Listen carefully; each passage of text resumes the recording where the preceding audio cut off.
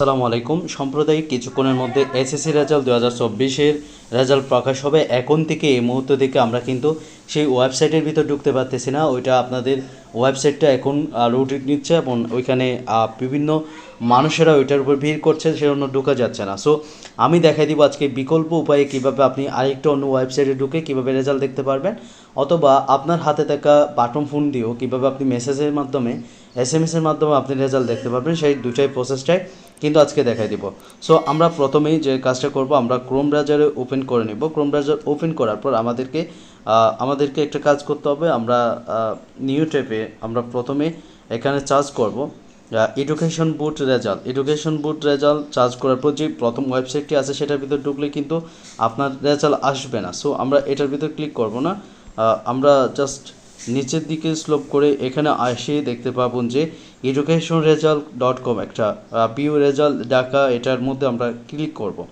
Click করার পর আপনাদের কাছে এভাবে ইন্টারফেসটা শো হবে। এটা আমার ডেস্কটপ সাইট করা আছে, এই জন্য মূলত গিয়ে আছে। আপনারা এখানে চাইলে ডেস্কটপ সাইটটা ইনেবল করে দিতে পারেন অথবা এভাবে করে দিতে পারেন। সো আমি সুবিধার্থে এটা এভাবে করে দিলাম।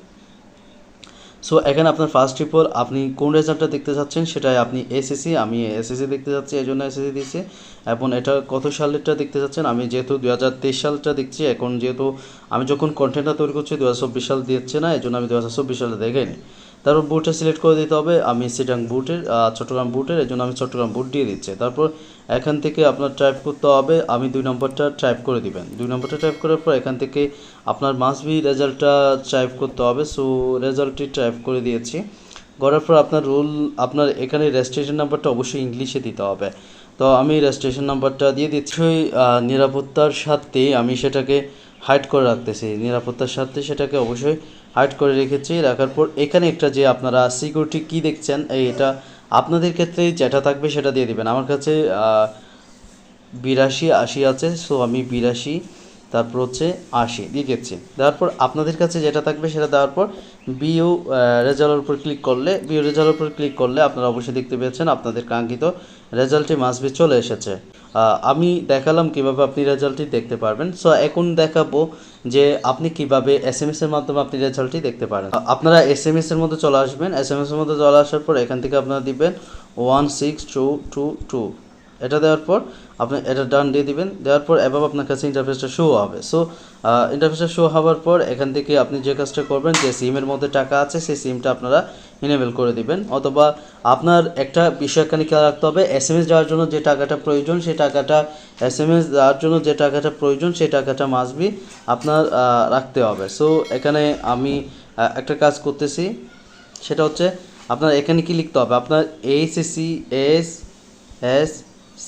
অবশ্যই এগুলো সবগুলো বড় হাতের মানে ক্যাপিটাল লেটার লেখার চেষ্টা করবেন। স্পেস দিবেন। স্পেস দেওয়ার পর আপনি যে বোর্ডের আছেন সেই বোর্ডের 3 অক্ষর আপনার মাস্ট বি দিতে হবে। সো আমি যেহেতু চট্টগ্রাম বোর্ডে দেখতেছি, তাহলে আমি চট্টগ্রাম বোর্ডের 3 অক্ষর আমি এখানে দিয়ে দিচ্ছি।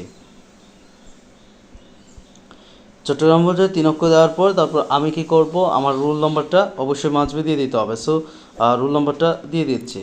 রোল নম্বরটা দেওয়ার পর স্পেস দিয়ে আপনি কত সালের রেজাল্টটি দেখতে চাচ্ছেন। সো আমি 2023 সালের রেজাল্টটি দেখতে চাচ্ছি। 2023 সালের রেজাল্টটা দেওয়ার পর আপনি সেন্ড করার সাথে সাথে আপনার কাছে ফিডব্যাক আসবে, যে আপনার রেজাল্টটা কিন্তু ফিডব্যাকের মধ্যে জানিয়ে দেবে। সো এই ছিল ভিডিও। আশা করি আপনারা বুঝতে পেরেছেন। বুঝতে অসুবিধা হলে কমেন্ট করতে পারেন, অথবা আমাদের ডিসকাশন